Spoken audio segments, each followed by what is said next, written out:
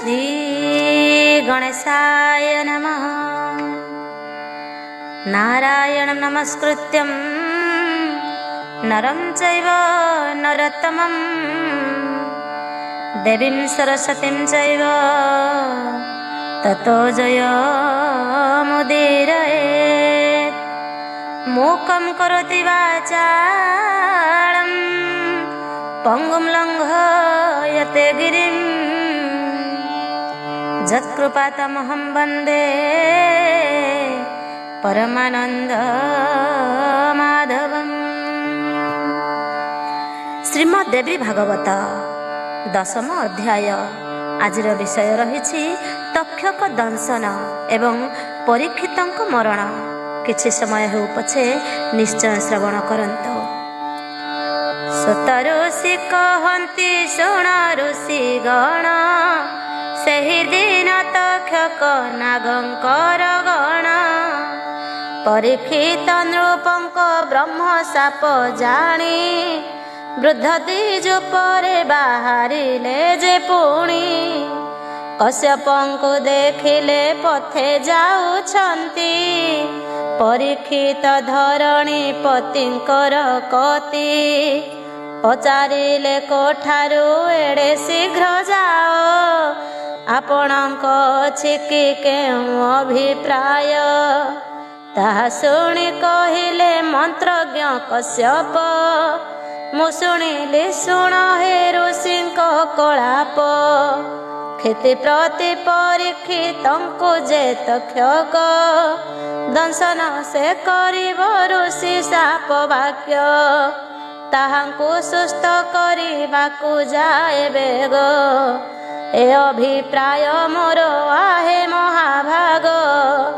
मु जानई विषम विषनाश मंत्र, बंचाई मु पारई करी यथा जंत्र।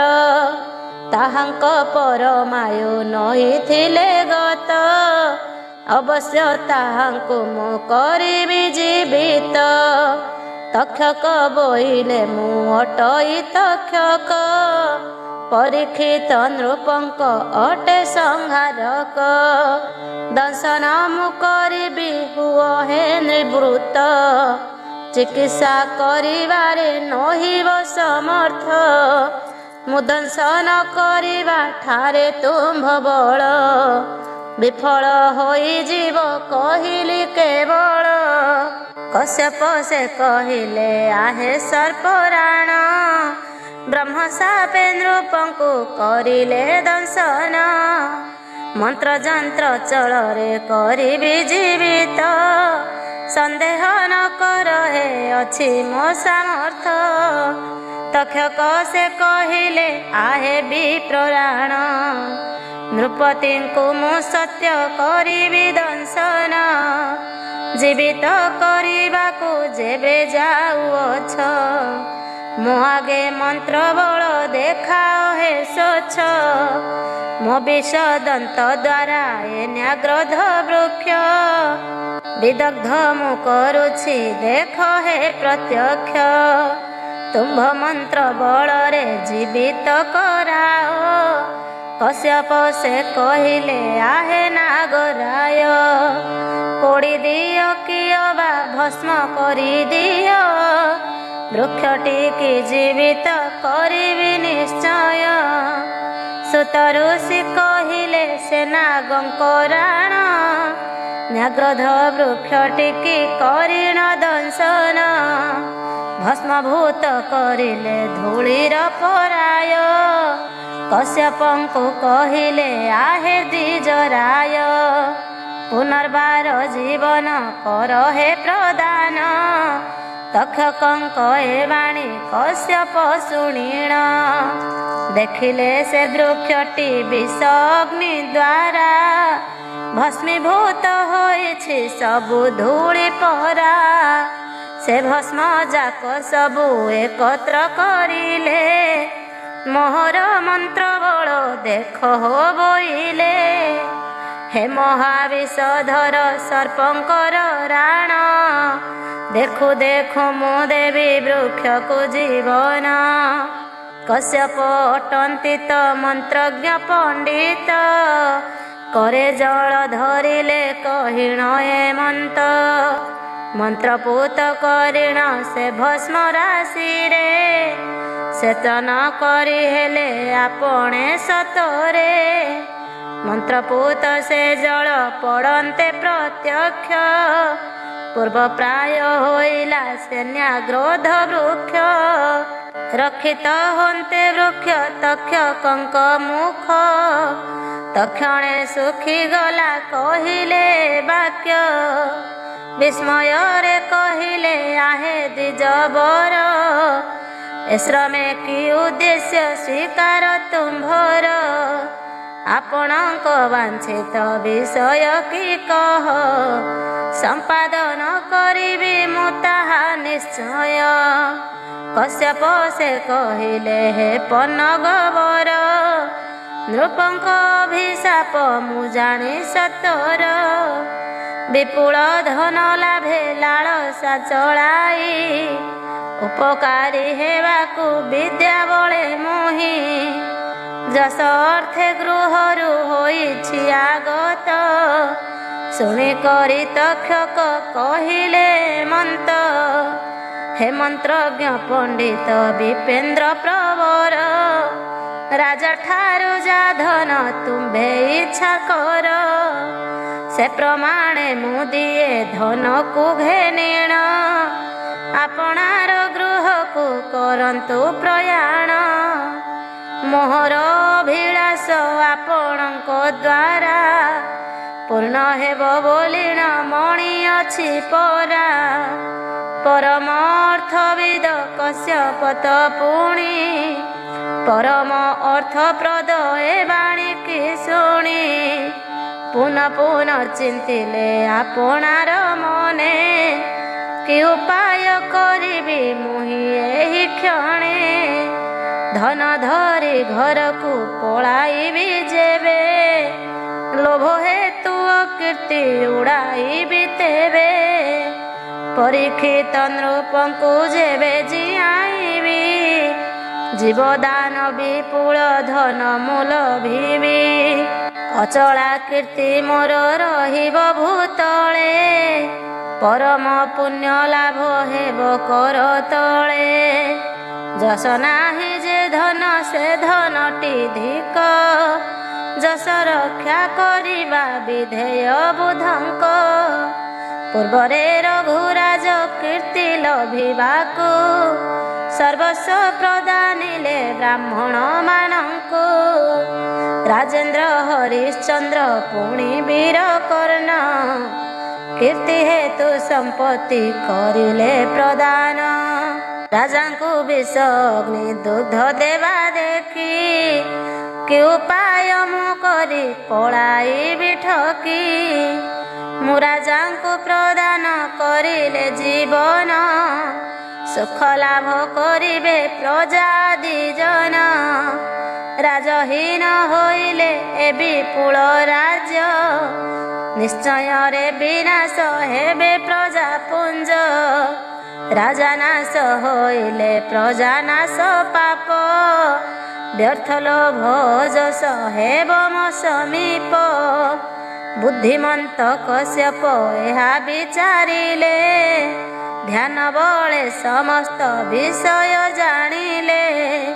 होइलानि राजांक परमायु शेष ध्यान रे ही परि जानिन ऋषिष राजांक सन्निकट मृत्यु हेबा जानी तक्षक निकटरु धन सबु गणी अभिष्ट धन नेई स्वगृह को गले 7 दिने तक्षक तांकु फेराइले राजांकर संसार सुख नासिबाकू प्रस्थान से करिले हस्तिनापुर को नगर सन्निधाने शुणिले जाइण प्रासादर उपरे अछंती राजन विविध मणि मंत्र औषधि रे पुणी रक्षित होई अछि से प्रासाद मणि ତକ୍ଷଣରେ ତକ୍ଷକ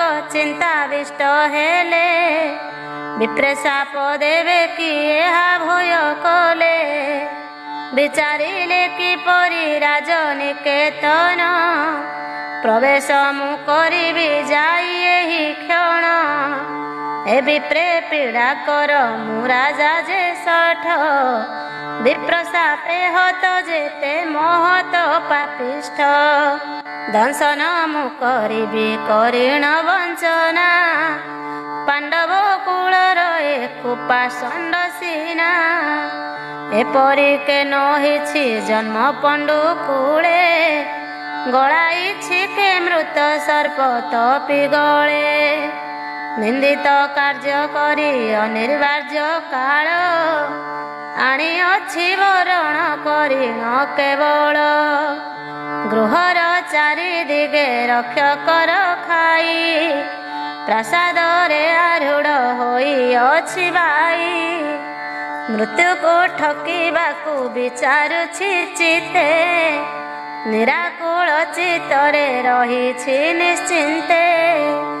ଅତଏବ ଦଂଶିବି ଏହାକୁ କି ରୂପେ, ବ୍ରାହ୍ମଣଙ୍କର ଶାପ ବାକ୍ୟ ଅନୁରୂପେ।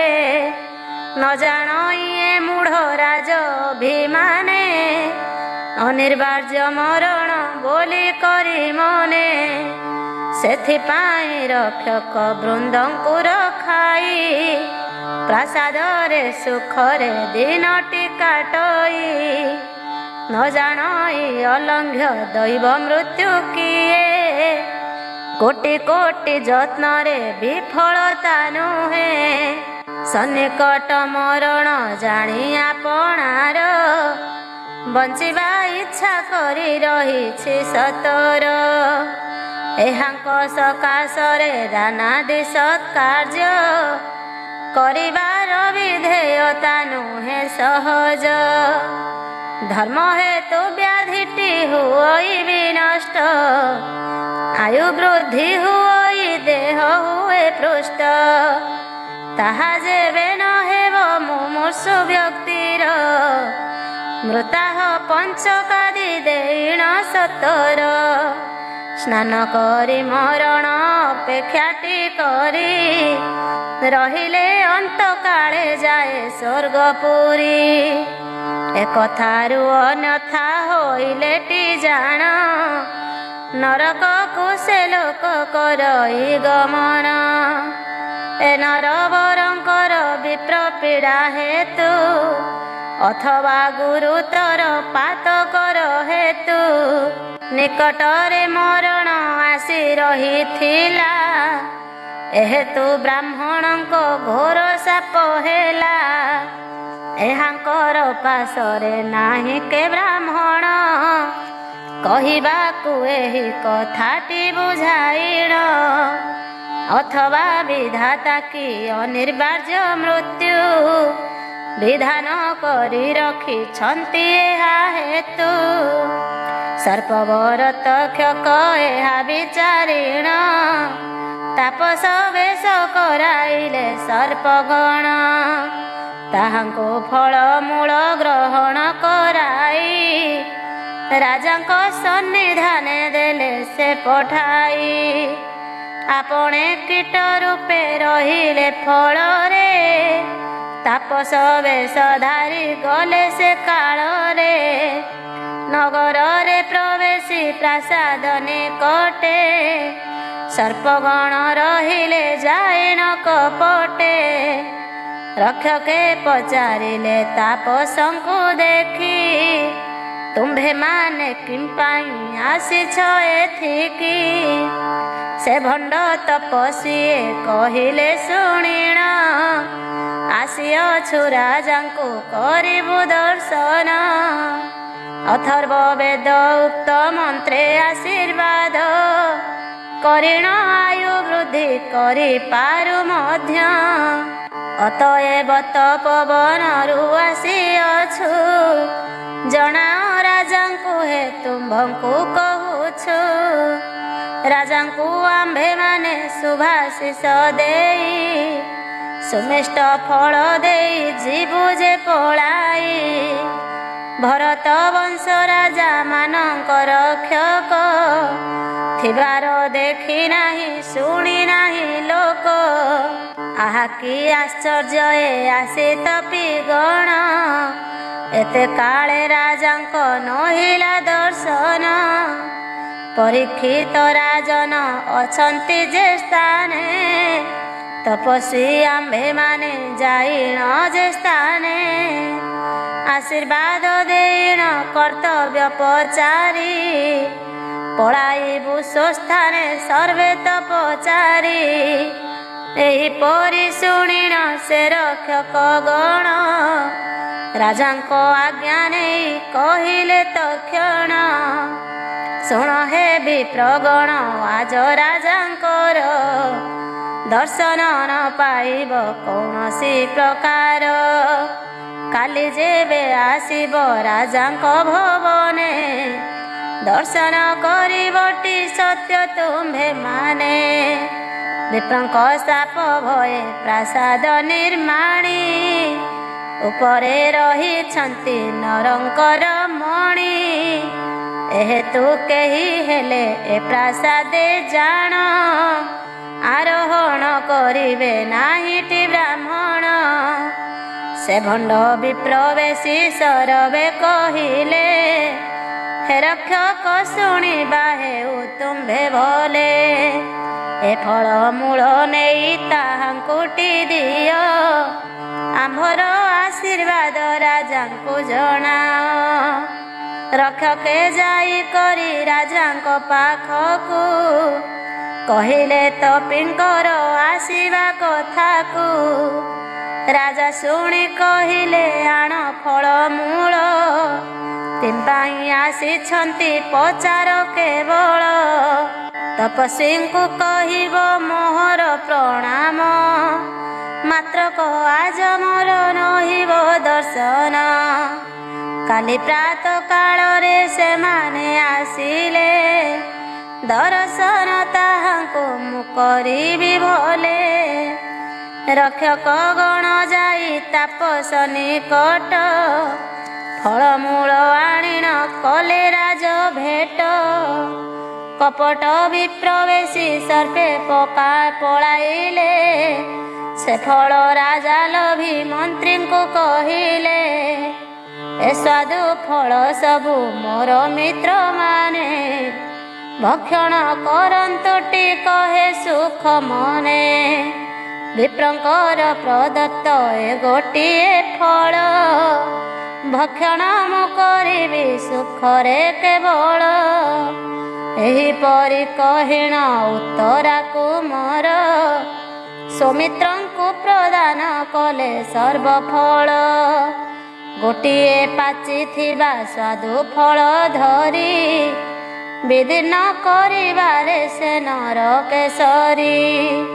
ଦେଖିଲେ ତାର ମଧ୍ୟ ଏକ ସୂକ୍ଷ୍ମ କୀଟ କୃଷ୍ଣ ନୟନ ତାମ୍ର ବର୍ଣ୍ଣର ଉଝଟ। ତାହା ଦେଖି ବିସ୍ମୟେ ରାଜା ସେହି କାଳେ ଦୁଃଖିତ ମାନସରେ ମନ୍ତ୍ରୀଙ୍କୁ କହିଲେ ମିଳିଲେଣି ଏବେ ତ ସୂର୍ଯ୍ୟ ଅସ୍ତାଚଳେ ବିଷରେ ମୋର ଭୟ ନାହିଁ ଏତେବେଳେ। ବ୍ରହ୍ମଶାପ ହେତୁରୁ କରି ଭୟ ମନ ମୁଁ କହେ କୀଟ ମତେ କରୁ ଯେ ଦଂଶନ। ଏପରି କହି ରାଜ ଇନ୍ଦ୍ର ସେ କୀଟକୁ ନିଜର ଗ୍ରୀବାଦେ ସେ ରଖିଲେ ତାହାକୁ। ସୂର୍ଯ୍ୟାସ୍ତ କାଳ ହୋଇଥିଲା ସେ ସମୟେ କଣ୍ଠଦେ ସେ କୀଟଙ୍କୁ ରଖିଥିଲେ ରାଏ। ତକ୍ଷଣ କାଳ ରୂପେ ଭୀଷଣ ଧରିଣ ଗଳାରେ ବେଢ଼ିଣ ସେ କରିଲା ଧାରଣ। ମନ୍ତ୍ରୀମାନେ ପରମ ବିସ୍ମୟ ହୋଇଲେ ଅତିଶୟ ଦୁଃଖରେ ରୋଦନ କରିଲେ। ମହତ ଭୟଙ୍କର ସର୍ପକୁ ଦେଖିଣ ଚାରିଦିଗେ ପଳାଇ ଗଲେ ମନ୍ତ୍ରୀଗଣ। ଉଚ୍ଚସ୍ୱରେ ଚିତ୍କାର ରକ୍ଷକେ ରଡ଼ିଲେ ଚତୁର୍ଦିଗେ ଭୀଷଣ ହାହା ଧ୍ୱନି କଲେ। ଉତ୍ତରା ଗର୍ଭଜାତ ନୃପ ପରୀକ୍ଷିତ ଏପରି ସର୍ପ ଦ୍ୱାରା ହୋଇଣ ବେଷ୍ଟିତ ବ୍ୟର୍ଥ ହେଲା ବୋଲିଣ ପୌରୁଷ ଜାଣିଲେ ତୁନି ହୋଇ ଧୈର୍ଯ୍ୟ ଧରିଣ ରହିଲେ ସେ କାଳେ ସେ ତକ୍ଷକ ମୁଖ ବିଳୁ ଭଲା ବିଷଜ ଅଗ୍ନି ଶିଖା ଉଠି ପ୍ରଜ୍ୱଳିଲା ସେ ଅଗ୍ନିରେ ନୃପଙ୍କ ପ୍ରିୟତର ପ୍ରାଣ କ୍ଷଣକରେ କେବଳ ହୋଇଲା ହରଣ ଏହିପରି ଜୀବନ ନେଇ ନୃପତିଙ୍କ ଗଗନ ମଣ୍ଡଳରେ ମିଳିଲେ ତକ୍ଷକ ଦେଖିଲେ ସେହିଠାରେ ଥିବା ନର ରାଣ ଜଗତକୁ ଏ ଅଗ୍ନି କରେ କି ଦହନ ପଡ଼ିବା ଗଛ ପ୍ରାୟ ହୋଇଣ ତେଜା ପଡ଼ିଛନ୍ତି ଭୂତଳେ ପ୍ରାଣହୀନ ରାଜା ନୃପତିଙ୍କ ମରଣ ସମସ୍ତେ ଜାଣିଣ ଉଚ୍ଚସ୍ୱରେ ସେ କାଳେ କରିଲେ ରୋଦନ ଏହିଠାରେ ଶ୍ରୀଦେବୀ ଭାଗବତଙ୍କରେ ସୋମହତ ପୁରାଣ ଦ୍ୱିତୀୟ ସ୍କନ୍ଧରେ ପରୀକ୍ଷିତ ରାଜାଙ୍କ ହେବାର ମରଣ ଦଶମ ଅଧ୍ୟାୟଟି ହୋଇଲା ସମ୍ପୂର୍ଣ୍ଣ ଜୟ ଗୋ ଦଶ ଭୁଜା ମହିଷା ମର୍ଦିନୀ ବିଜୟା ଜୟା ମହାମାୟା ନାରାୟଣୀ ଭବାନୀ ଭଗବତୀ ଭବ୍ୟା ଭବ ଭାର୍ଯ୍ୟା ତ୍ରିଭୁବନ ଈଶ୍ୱରୀ ଗିରିଶ ତନୁଜା ଭୁଜଙ୍ଗ ଭୂଷଣ ଗୋ କାଳୀ କାତ୍ୟାୟନୀ ଭୂତଙ୍କ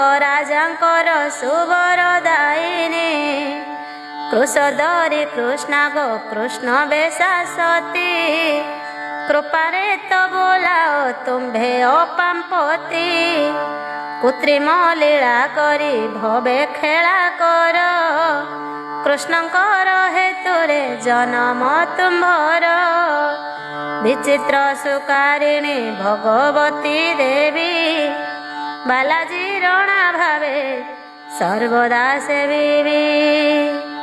ଏକାଦଶ ଅଧ୍ୟାୟ ସର୍ପ ଯଜ୍ଞ କଥନ। ସୁତ ଋଷି କହିଲେ ଆହେ ମୁନି ଗଣ ରାଜାଙ୍କର ମରଣ ଦେଖି ମନ୍ତ୍ରୀ ଗଣ ହୋଇଥିଲେ ତାହାଙ୍କ ପୁତ୍ର ତ ବାଳକ କରିଲେ ନିଜେ ଅନ୍ତ୍ୟେଷ୍ଟିକା କ୍ରିୟା ଯାକ ଅପଘାତ ମରଣ ରାଜା ଲଭିଥିଲେ ବିନା ମନ୍ତ୍ରେ ଗଙ୍ଗାଙ୍କ ତୀରେ ଦାହ କଲେ ଅଗୁରୁ କାଠ ରଖି ଚିତାର ଉପରେ କୁଶପୁତ୍ର ବହନ କଲେ ପଛେ ଧୀରେ ଯଥାବିଧି ବେଦୋକ୍ତ ମନ୍ତ୍ରେ ପୁରୋହିତ ଅନ୍ତ୍ୟେଷ୍ଟିକା କ୍ରିୟାକୁ କରି ସମାପତ ବ୍ରାହ୍ମଣଙ୍କୁ ବହୁତ ଦାନ ଦ୍ରବ୍ୟ ଦେଲେ ବହୁ ଗାଈ ବହୁତ ସ୍ୱର୍ଣ୍ଣ ଦାନ କଲେ ରାଜାଙ୍କ ସ୍ୱର୍ଗ ଗତି ହେବାର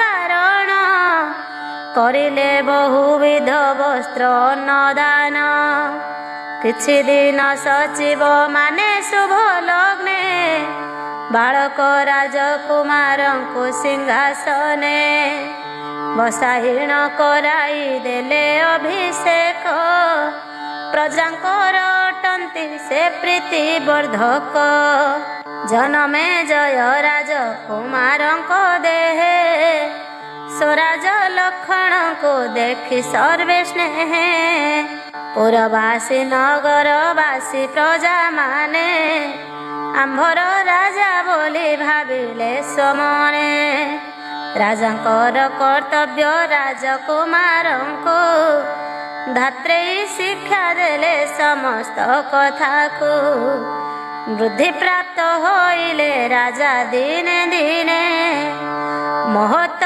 ବୁଦ୍ଧିଶାଳୀ ହେଲେ କ୍ରମେ କ୍ରମେ ହୋଇବାରେ ତାହାଙ୍କୁ 11 ବରଷ ପୁରୋହିତ ଗାୟତ୍ରୀ ଦେଲେ ଉପଦେଶ ସେ ମଧ୍ୟ ଯଥୋଚିତ ଶିକ୍ଷିତ ହୋଇଲେ ଧନୁର୍ବିଦ୍ୟା ବିଷୟ ଧୁରନ୍ଧର ହେଲେ। ଦ୍ରୋଣାଚାର୍ଯ୍ୟ ପାର୍ଥକୁ ଶିକ୍ଷା ଦେଲା ପରି କର୍ଣ୍ଣଙ୍କୁ ପରଶୁରାମ ଦେଲେ ଯେଉଁ ପରି। ସେପରି କୃପାଚାର୍ଯ୍ୟ ଜନମେଜୟଙ୍କୁ ବିଶେଷ ଶିକ୍ଷା ଦେଲେ ଧନୁର୍ବିଦ୍ୟାଟିକୁ। ସମସ୍ତ ବିଦ୍ୟା ଶିଖି ହେଲେ ଧୁରନ୍ଧର, ମହତ ବଳଶାଳୀ ହେଲେ ଦଣ୍ଡଧର। ହୋଇଲେ ଶତ୍ରୁଙ୍କର ମହତ ଦୁର୍ଜୟ, ଧନଞ୍ଜୟ ପ୍ରପୌତ୍ର ସେ ଜନମେଜୟ।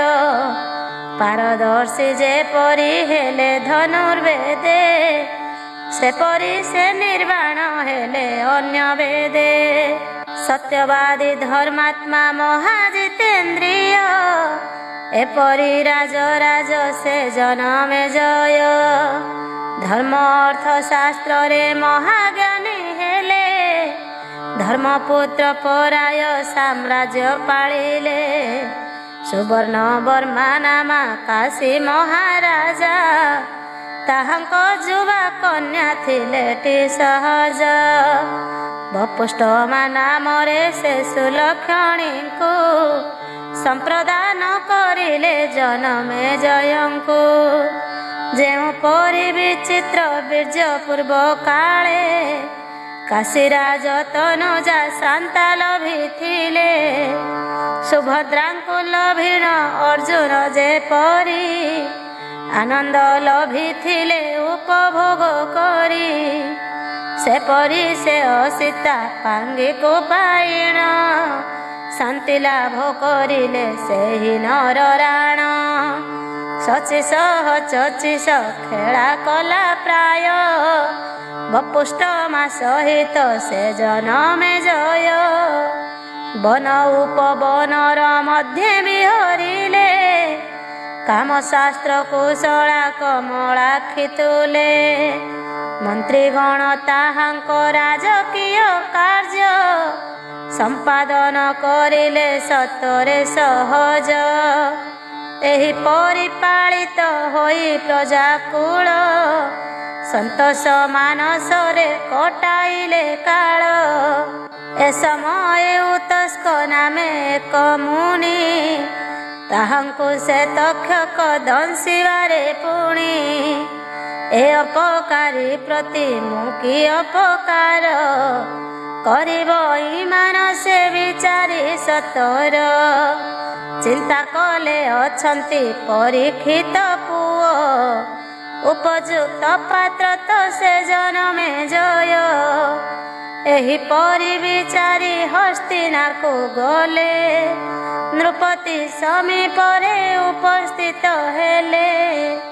କହିଲେ ଆହେ ନୃପକୁଳର ମଣ୍ଡନ, କି ସମୟ କି କରାଯାଏ ତା ନ ଜାଣ। ସମୟ ଆସି ହେଲେ ଅକର୍ତ୍ତବ୍ୟ କର, କର୍ତ୍ତବ୍ୟ କଥାରେ ତ ନ କର ବିଚାର। କ୍ରୋଧ କିବା ଉଦ୍ୟମ ନାହିଁ ତୁମ୍ଭଠାରେ, ଆହେ ନୃପ ଉତ୍ତମ ଜାଣେ ହେତୁରେ। ବାଳକ ଖେଳା ଲୀଳା ପରି କାର୍ଯ୍ୟକାରୀ, ଶାସ୍ତ୍ର ଧର୍ମ ଶତ୍ରୁତା ନାହିଁ ତ ତୁମ୍ଭରି। ପୂର୍ବ ଶତ୍ରୁ ବୈରତ ନାହିଁ ତୁମ୍ଭଠାରେ, କି ପ୍ରାର୍ଥନା କରିବି ହେତୁ ତୁମ୍ଭରେ। ଏହା ଶୁଣି କହିଲେ ସେ ଜନମେଜୟ, ହେ ମହାଭାଗ ମହାମୁନି ମହାଶୟ। କେହି ଅଛି ମୋହର ହୋଇ ମହାଶତ୍ରୁ, ଏକଥାରେ ମୋହର ନାହିଁ କିଛି ହେତୁ। କରି ନାହିଁ ମୋହିତ କାହା ପ୍ରତିକାର, କହ ତେବେ କରିବ କର୍ତ୍ତବ୍ୟ ମୋହର। ଉତସ୍ନ ସେ କହିଲେ ହେ ନରନାୟକ, ମାରିଛି ତୋ ବାପାଙ୍କୁ ଦୁରାତ୍ମା ତକ୍ଷକ। ଆପଣ ଡକାଇଣ ସୁମନ୍ତ୍ରୀ ମାନଙ୍କୁ, ପଚାରନ୍ତୁ ପିତାଙ୍କ ମରଣ କଥାକୁ।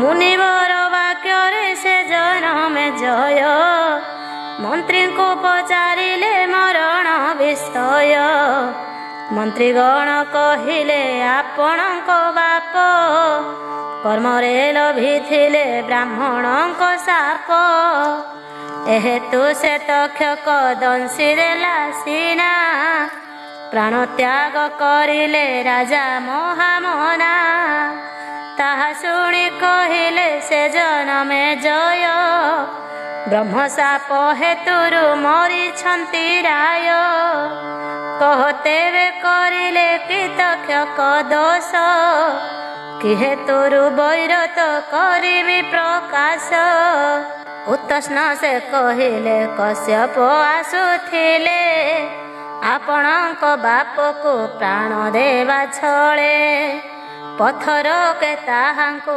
देखिले तक्षक फेराई देले देई धन को अनेक एहेतु नहिले तु पितृ हंता शत्रु आपणक कहिबा हेउ राजकेतु आहे नृप पूर्वरे रुरु ऋषि थिले प्रमोद बरा कन्या को विवाह नहीं थिले सरप मारिबारु से कन्या मरिले रुरुपति ताहांको पुणी जियाइले करिले प्रतिज्ञा रुरु सेही काले बाड़ी द्वारा मारिबि सर्पंको देखिले हे राजन एपरि प्रतिज्ञा करिण बुलिले रुरु करे लगुड़ धरिण जेउठारे देखिले साप मारी दियंती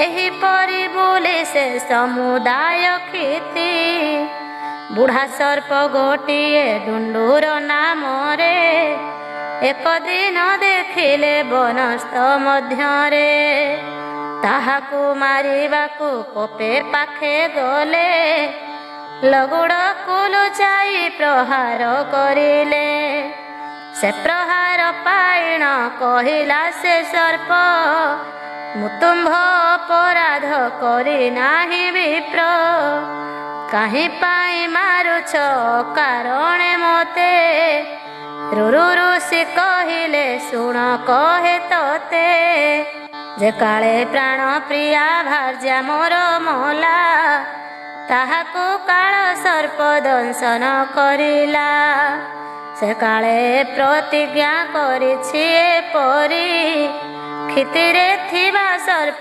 पकाइबि मारी ताहा शुणी कहिला से डुंडूर सर्प मारी नाही मोहित तांकु आहे विप्र जे मारिला से सर्प नुहे आंभ जाति काहे पाई मोठारे हुओ कोपमती शिरार साम्य देखी मते मारिबार उचित अटईकी सोचिते विचार सर्प मुख मनुष्य गिर शुणिबारु पचारिले आनंदे से समय रुरु तुम्हे किए किम पाई डुंडुभ होइछ से कहिला मु होइथिली द्विज वत्स सत्य संध जितेन्द्रिय ख्यात जे नामे धार्मिक द्विज थिले मोर सखा जणे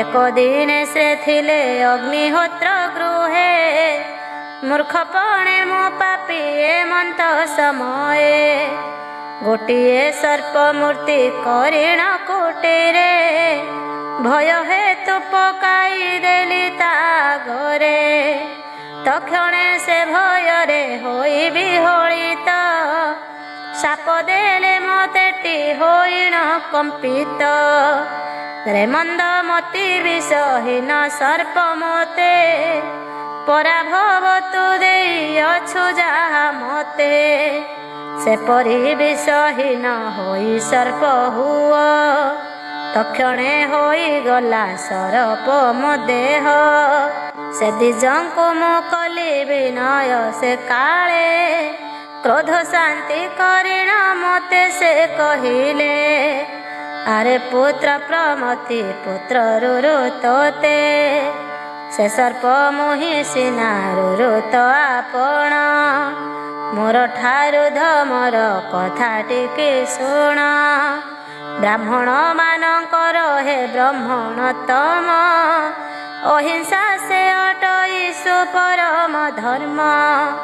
ଜ୍ଞାନବନ୍ତ ବ୍ରାହ୍ମଣେ ଦୟା ପ୍ରକାଶନ୍ତି ଯଜ୍ଞ ବିନା ଅନ୍ୟତ୍ର ହିଂସା ନ କରନ୍ତି।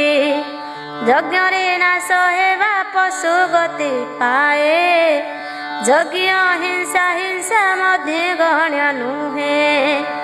ଉତ୍ତଷ୍ଣ ସେ କହିଲେ ହେ ଧନ ମେ ଜୟ ସର୍ପଦେହୁ ବିମୁକ୍ତ ହେଲେ ଦ୍ୱିଜ ପୁଅ।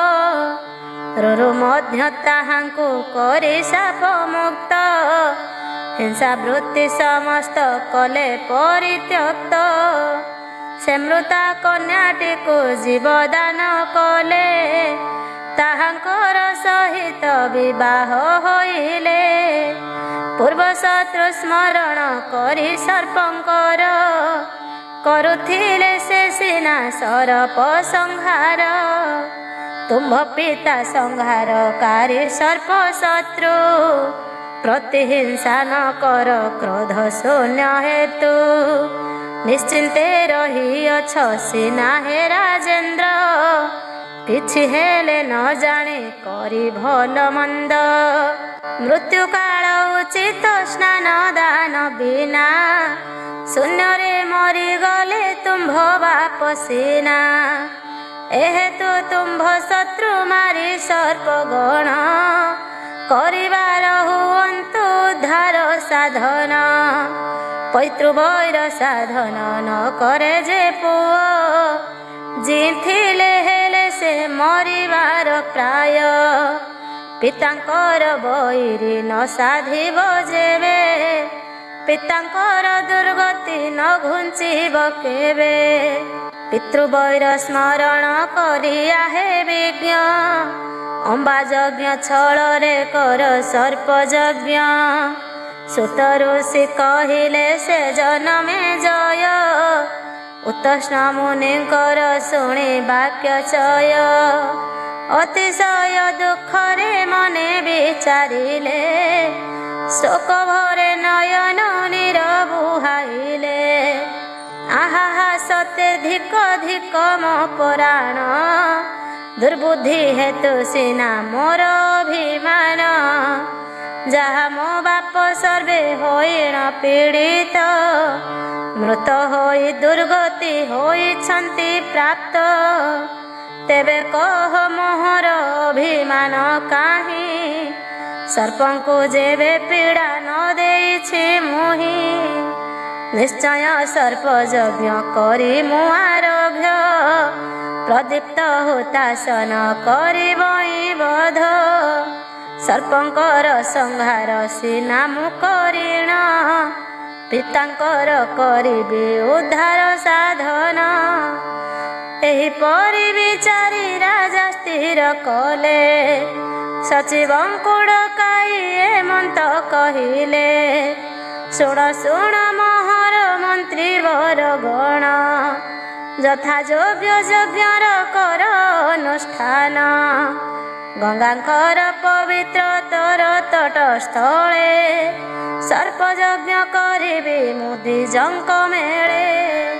ତୁମ୍ଭେମାନେ ସେଠାରେ ଯାଇ ଶୁଦ୍ଧ ଚିତ୍ତେ ଶତସ୍ତମ୍ଭ ଶୋଭିତ ମନୋହର ଜୁତେ ଯଜ୍ଞ ଗୃହ କରାଇ ତାହାର ମଧ୍ୟରେ ଯଜ୍ଞ ବେଦୀ ପ୍ରସ୍ତୁତ କରାଅ ସତରେ।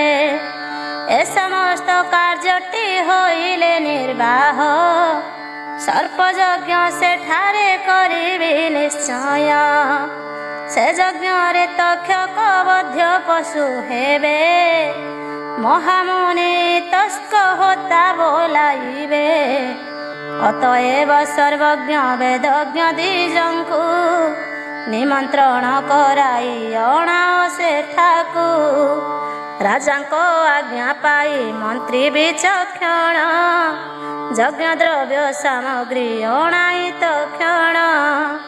ବିସ୍ତୃତ ଯଜ୍ଞ ଦେବୀ ପ୍ରସ୍ତୁତ କରିଲେ ସର୍ପଙ୍କର ଆହୁତି ଆରମ୍ଭ କରିଲେ, ମୋତେ ରକ୍ଷା କର ହେ ବୋଲି ଇନ୍ଦ୍ର ପାଶେ। ଭୟାର୍ତ୍ତରେ ଶରଣ ନେଲେ ତକ୍ଷକ ସେ, ତାହାଙ୍କର ଶରଣ ରହିବାର ଦେଖି ବିଶ୍ୱାସରେ କହିଲେ ସେ ସହସ୍ର ଆଖି। ସୁଆସନେ ବସାଇ ପ୍ରଦାନୀୟ ଭୟ, କହିଲେ ହେ ପନଗ ନାହିଁ କିଛି ଭୟ। ତକ୍ଷକ ତାହା ଜାଣି ଇନ୍ଦ୍ରଙ୍କ ସହିତ ତକ୍ଷଣରେ ଆହୁତି କରିଲେ ପ୍ରଦତ୍ତ। ଅନନ୍ୟ ଗତି ହୋଇ ତକ୍ଷକ ସକାଳେ, ଆସ୍ତିକ ଋଷି ଶଙ୍କୁ ସୁମରଣା କଲେ। ଯାଯାବର ବଂଶରେ ଅଟନ୍ତି ଉତ୍ପନ୍ନ, ସେ ଆସ୍ତିକ ଜଗତକାରଙ୍କ ଯେ ନନ୍ଦନ। ସୁମରିବା ମାତ୍ରକେ ଆସ୍ତିକ ଆସିଲେ, ସେ ଜନମେ ଜୟଙ୍କୁ ବହୁ ସ୍ତବ କଲେ। ରାଜା ମଧ୍ୟ ପଣ୍ଡିତ ମୁନି ପୁତ୍ର ଦେଖି, ପୂଜା କରି ବହୁତ କହିଲେ ଏତିକି। କି ଅଭିପ୍ରାୟ ଆସି ଅଛନ୍ତି ଆପଣ, ଆପଣଙ୍କ ବାଞ୍ଛା ତ କରିବି ପ୍ରଦାନ। ତାହା ଶୁଣି ଆସ୍ତିକ କରିଲେ ପ୍ରାର୍ଥନା, ତୁମ୍ଭ ଯଜ୍ଞ ସମ୍ପୂର୍ଣ୍ଣ ହେଉ ମହାମନା। ସତ୍ୟବାଦୀ ନୃପତି ଏହି ପ୍ରକାରେ, ପୁନଃ ପୁନଃ ପ୍ରାର୍ଥିତ ହୋଇ କ୍ରମଶରେ। ତାହାଙ୍କର ବଚନ ହେବାକୁ ପାଳନ, ସର୍ପାହୁତି କେବଳ କଲେ ନିବାରଣ। ରାଜାଙ୍କ ଚିଉ ବିନୋଦନ ହେବା ପାଇଁ, ସେହିଠାରେ ବୈଶମ୍ପାୟନ ତୋଷ ବହି।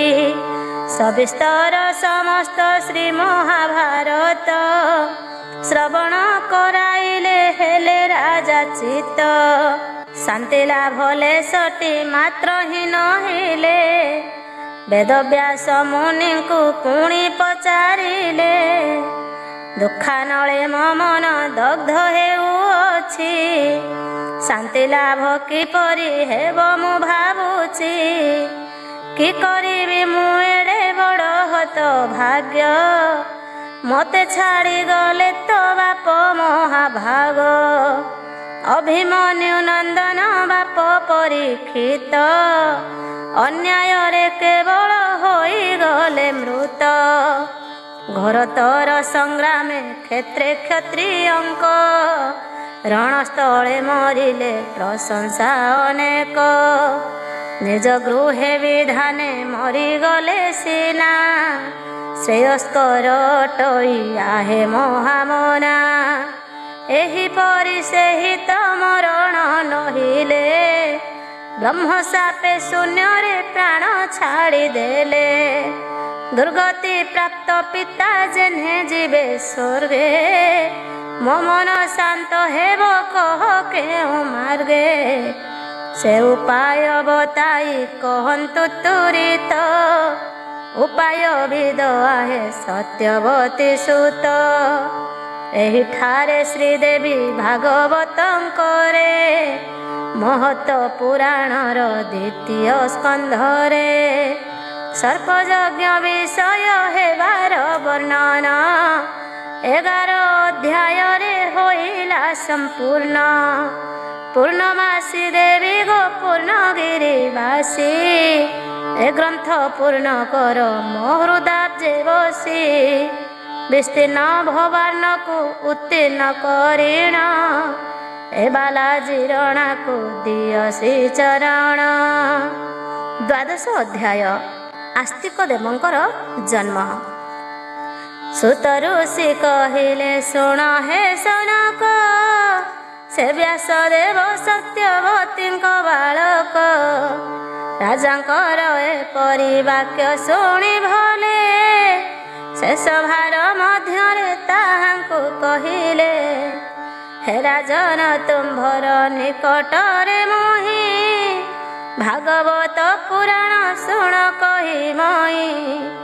କଲ୍ୟାଣ ପ୍ରଦ ନାନା ଉପାଖ୍ୟାନ ଯୁକ୍ତ, गुह्यतम अद्भुत परम पवित्र पूर्वरे निज पुत्र शुकଙ୍କ मुकुण पढ़ाई अछि एहि परम पुराण आम्भर सेहि गुप्त विषय को एबे आपणଙ୍କୁ श्रवण कराइबि तेबे समस्त आगमरु सार उद्धारिछि धर्म अर्थ काम निर्वाण एथे अछि शुणिले हांकुटी हे नर पुंगव संतत शुभ सुख हुई सुलभ ଏହା ଶୁଣି କହିଲେ ସେ ଜନମେ ଜୟ कहन्तु हे आस्तिक काहार तनय एम सर्प यज्ञ विघ्न देवा पाई उपस्थित होइले आशीषे किंपाई सरप गणकर रक्षक होइले एहांकर कि प्रयोजन अछि भले हे महाभाग आग कह ए विषय पछरे से पुराण विस्तारीण कह व्यासदेव कहिले शुण हे राजन पूर्वरे मुनि थिले जरत्नारु नाम से थांति सर्वदा शांति मार्गरे न रखन्ति मानस गृहस्थाश्रमरे एक दिन वनरे गर्तर मध्यरे निज पूर्व पुरुष देखिले तहिरे पूर्व पुरुष जे कहिले रे पुत्र दार परिग्रहण कर हे भूतृप्त सचरित्र सुपुत्र होइले तोहर स्वर्गधामे बसिबु हेब दुख दूर जरत्कार कहिले परि शुणिण शुणन्तु आहे पूर्व सुपुरुष गण समान नामनी कन्या मोर हेब जेबे प्रार्थना बिना मोहि प्राप्त हेबि तेबे मो बशवर्तिनी से होइले सन्तत गृहस्थाश्रम तेबे मु करिबि सत्य स्वपूर्व पुरुषଙ୍କୁ कहि एहि परि जरत्कारु से गले तीर्थ यात्रा करी ए समय सर्पंक माता कद्रु देवी सर्पंको साप देले कोप जळे द्रवी तुम्भ माने अग्नि रे पड़ मोर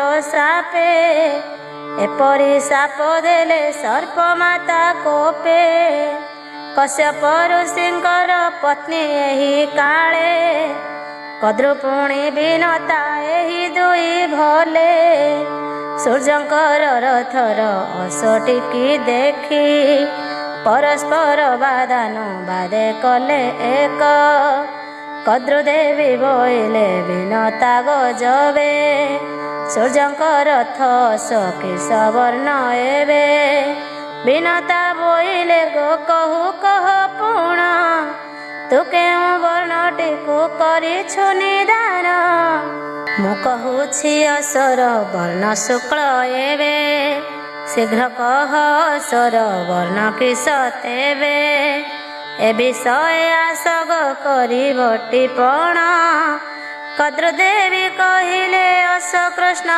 वर्ण पण कर तेबे गजे हारिब जेबे से ताहार दासीटी होइण रहिबे एपरि कहि कद्रु देवी सेहि काळे बशवर्ती स्वपुत्र सर्प को कहिले सूर्यंकर रथ स्थित शंख शरीरे तुम्हे माने वेष्टित होइण सतोरे कृष्ण वर्ण दिशिवा पराय करिब जेपरि अन्य वर्ण किछि न दिशिब ताहा शुणी केतेक सरप कहिले सेहि परि मातग नहिब काळे कद्रुदेवी कहिले कोपरे तुरित मोर ए सापरे तुम्भेटी समस्त जनमे जयंकर जागी कदहने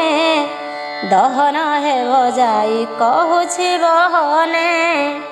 ଆହେ ମୁନି ଆଉ କେତେକ ସର୍ପଗଣ, ମାତାଙ୍କ ପ୍ରିୟ କାର୍ଯ୍ୟ ହେବାକୁ ସାଧନ। ଅସର ପୁଛ ଭାଗେ ହୋଇଲେ ବେଷ୍ଟିତ, ଶରୀର କୃଷ୍ଣ ବର୍ଣ୍ଣ ଦିଶିଲା ସମସ୍ତ। କଦ୍ରୁପୁଣି ବିନତା ଶେଷ ପତ୍ନୀ ଦୁଇ, ଅଶ୍ୱପାଶେ ମିଳିଲେ ଅତି ଶୀଘ୍ର ଯାଇ। ରଥାସ କୃଷ୍ଣ ବର୍ଣ୍ଣ ଦେଖିଣ ବିନତା, ଅତିଶୟ ଦୁଃଖରେ କଲେ ମନେ ଚିନ୍ତା। ଏ ସମୟ ଭୁଜଗ ଭୋଜି ବଳଶାଳୀ, ବୈନତୟ ଗରୁଡ଼ ମହାବୁଦ୍ଧିଶାଳୀ। ସେ ପଥ ଦେଇ କରି ଗତି କରୁଥିଲେ, ଦୀନ ଭାବ ସମ୍ପନ୍ନା ମାତାଙ୍କୁ ଦେଖିଲେ। ପଚାରିଲେ ଭୋ ମାତ କିମ୍ପା ଦୁଃଖ ମନ, ବିଚାର କରୁଛ ପରା ତର ଦନ। ଅଛନ୍ତି ସୂର୍ଯ୍ୟ ରଥ ସାରଥି ଅରୁଣ, ଆମ୍ଭେ ପୁଣି ତୁମ୍ଭର ଏ ଦୁଇ ନନ୍ଦନ।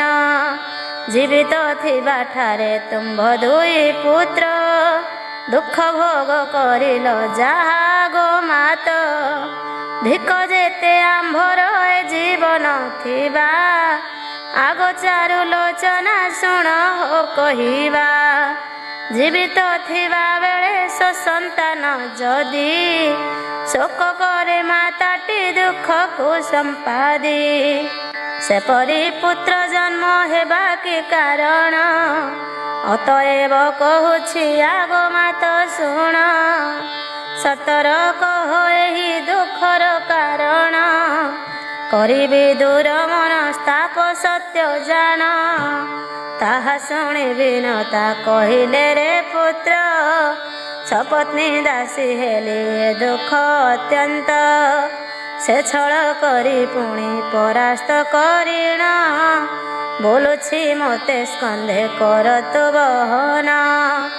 ଏଥିପାଇଁ ରେ ବାପ ମୋର ଦୁଃଖ ବଡ଼, ମାତା ବାକ୍ୟ ଶୁଣିଣ କହିଲେ ଗରୁଡ଼। ତାହାଙ୍କୁ ମୋର ସ୍କନ୍ଧେ ବସାଇ ମୁଁ ନେବି, ଯେ ସ୍ଥାନକୁ ସେ ଇଚ୍ଛା କରିବେ ଗୋ ଦେବି। ଏଥିପାଇଁ କଲ୍ୟାଣୀ ରୋଦନ ନ କର, ଏ ମହତ ଚିନ୍ତାଟି କରିବି ମୁଁ ଦୂର। ବ୍ୟାସଦେବ କହିଲେ ଶୁଣ ଋଷିଗଣ, ଗରୁଡ଼ଙ୍କ ଏ ବାଣୀ ଦୀନତା ଶୁଣିଣ। କଦ୍ରୁଙ୍କ ସନ୍ନିଧାନେ ପ୍ରବେଶ କରିଲେ, ନିଜ ପୁତ୍ର ଗରୁଡ଼ ସଙ୍ଗତରେ ଥିଲେ। ମହତ ବଳଶାଳୀ ଗରୁଡ଼ ସେ କାଳେ, ମାତାଙ୍କୁ ଦାସୀତ୍ୱରୁ ମୁକ୍ତ ହେବା ଛଳେ। ସୁପୁତ୍ର କଦ୍ରୁଙ୍କୁ ସେ କନ୍ଧରେ ବୋହିଲେ, ସମୁଦ୍ର ତଟେ ଯାଇ ପ୍ରବେଶ କରିଲେ। ସାଗର ପାରେ ନେଇ କହିଲେ କଦ୍ରୁଙ୍କୁ, ପ୍ରଣାମ କରଇ ଗୋ ମାତ ମୁଁ ତୁମ୍ଭଙ୍କୁ। କହିବାର ହୁଅନ୍ତୁ କିପରି ମୋ ମାତ, ତୁମ୍ଭ ଦାସୀ କାର୍ଯ୍ୟରୁ ହୋଇଯିବେ ମୁକ୍ତ। କଦ୍ରୁ ଶୁଣି କହିଲେ ଶୁଣ ଆରେ ବାବୁ, ବାହୁବଳେ ଅମୃତ ସ୍ୱର୍ଗରୁ ଆଣିବୁ।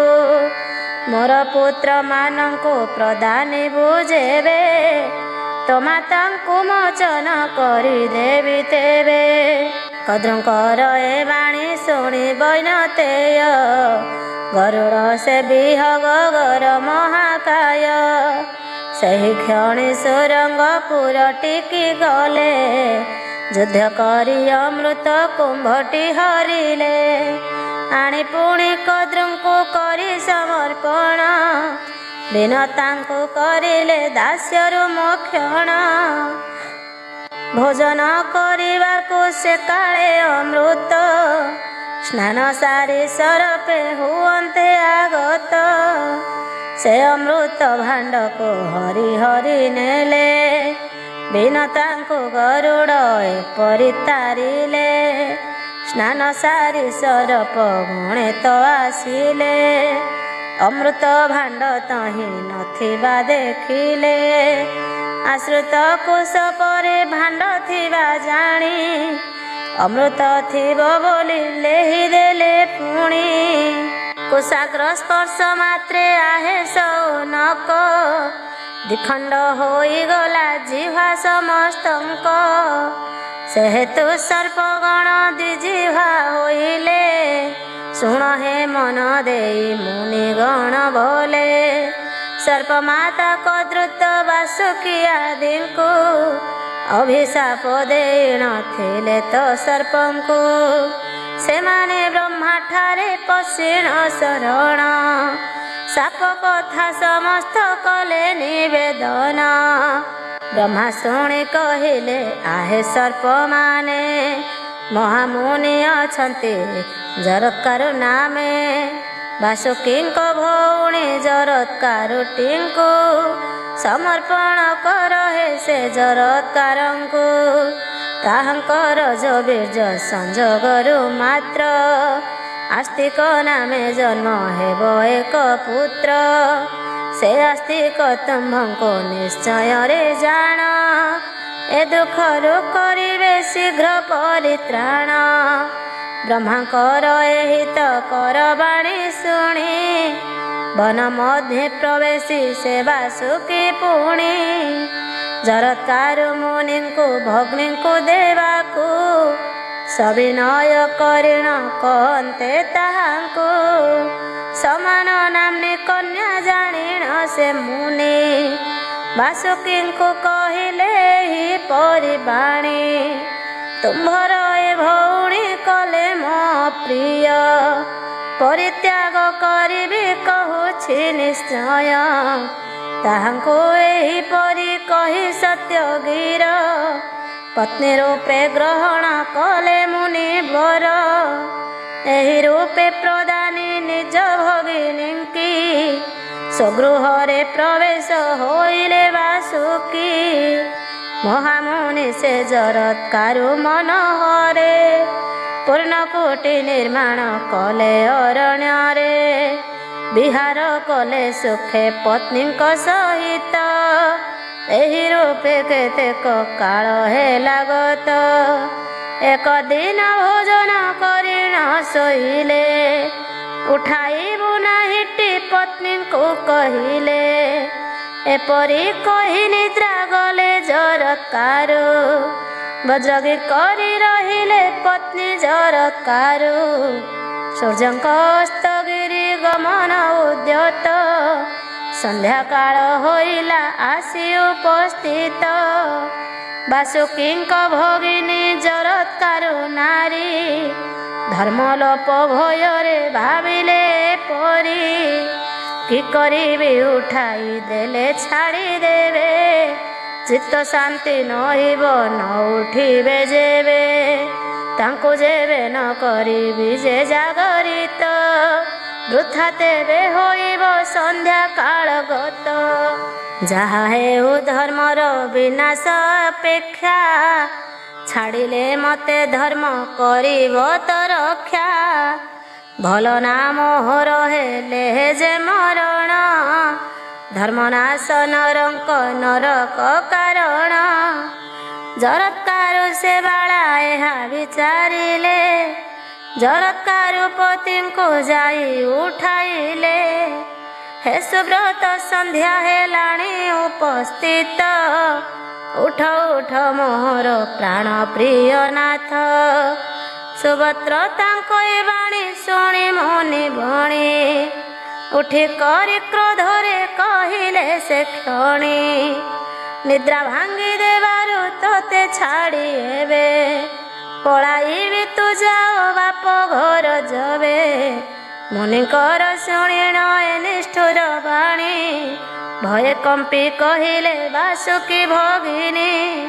ହେ ପ୍ରଭୁ ମୋର ଭାଇ ଯେ ବଣ ହେତୁରେ ଦେଇଥିଲେ ମତେଟି ଆପଣଙ୍କ କରେ। ସେ କାର୍ଯ୍ୟ ସିଦ୍ଧ ହେବ କହ କେଉଁ ପରି ଆପଣ ଛାଡ଼ି ମତେ ଯାଉଛ ବାହାରି।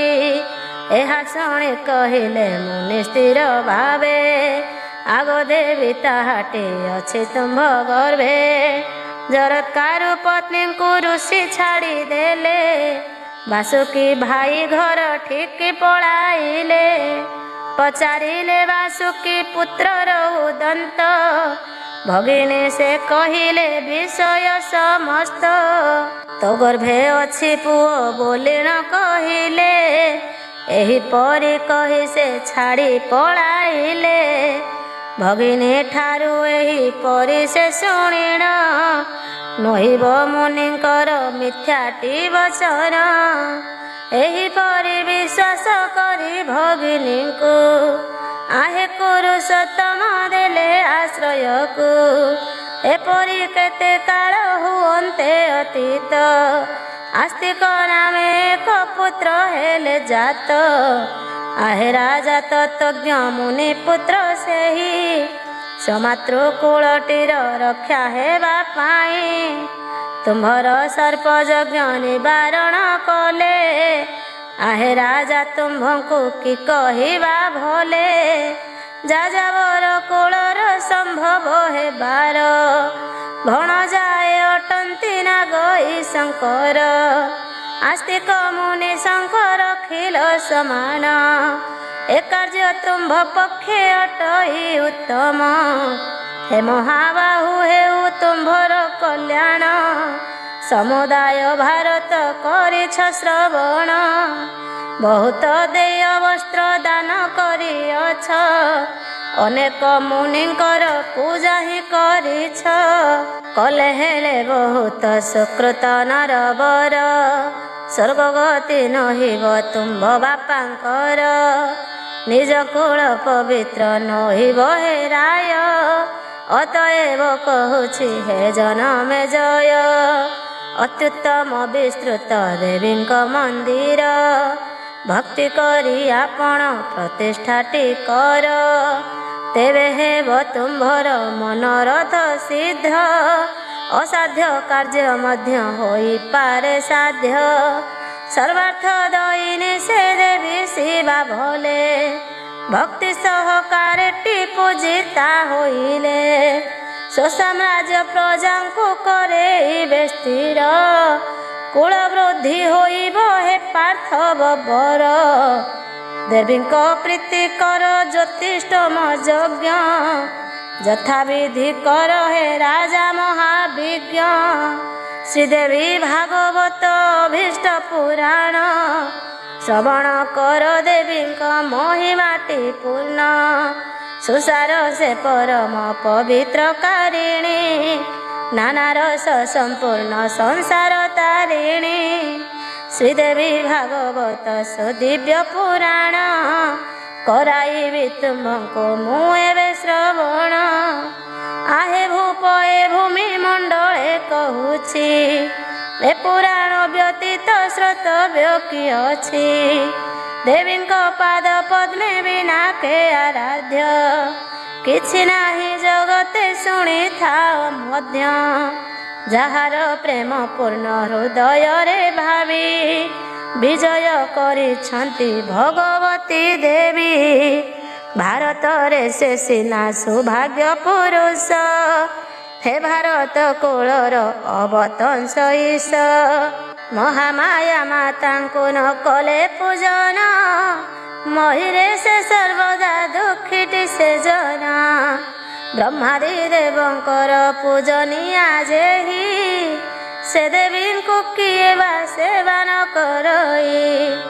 ଆହେ ନୃପ ଯେ ନିତ୍ୟ ଶୁଣେ ପୁରାଣ। ତାହାର ସର୍ବ ମନୋରଥ ହୁଏ ପୂର୍ଣ୍ଣ। ପୂର୍ବରେ ନିଜେ ଭଗବତୀ ଶ୍ରୀ ବିଷ୍ଣୁଙ୍କୁ କହିଥିଲେ ଅନୁତ୍ତମ ପୁରାଣକୁ। ଶୁଣ ହେ କ୍ଷିତିପତି ଶୁଣିଲେ ନିଶ୍ଚୟ। ଚିତ୍ତ ଶାନ୍ତି ହୋଇବ ନ କର ସନ୍ଦେହ। ଏ ପୁରାଣ ଶ୍ରବଣ ଫଳେ ପିତୃଗଣ। ଅକ୍ଷୟ ସ୍ୱର୍ଗ ଲାଭ କରିବେଟି ଜାଣ। ଏହିଠାରେ ଶ୍ରୀଦେବୀ ଭାଗବତଙ୍କରେ ମହତ ପୁରାଣର ଦ୍ୱିତୀୟ ସ୍କନ୍ଧରେ। ମହତ ପୁରାଣର ଦ୍ୱିତୀୟ ସ୍କନ୍ଧରେ ଅଷ୍ଟାଦଶ ସହସ୍ର ସଂହିତା ମଧ୍ୟରେ व्यासंक सम्बन्धीय आस्तिक जन्मरे 12 गोटी अध्याय होइला संपूर्ण अन्नपूर्णा देवी गो ग्रंथ कर पूर्ण जय जय जय गो त्रिपुरकारिणी त्रिपुरारी हरंक मानस हारिणी निर्गुणा कार्य काले त्रिगुण धारिणी भक्तंकर त्रिताप संताप बारिणी श्रीमती महामाई मंगला चंडिका श्रीनिधि रूपा सिद्धा सती गोम्बिका गजानन जननी गजवाहिनी भगवत श्रोतांक हृदय निवासिनी तत्वविज्ञा सुप्रज्ञा विज्ञ सेवनिया ढांकिछि पाप राशि छड़ाओ मो माया संसार समुद्रर संकट तारिणी दृढ़ भक्ति श्रीपदे मोहर मागुणी भगवती सती गोहिण सदय श्रीदेवी भागवत संपूर्ण कराओ तुम्भ पद मल कमले मानस रहुए बालाजीर रजनी।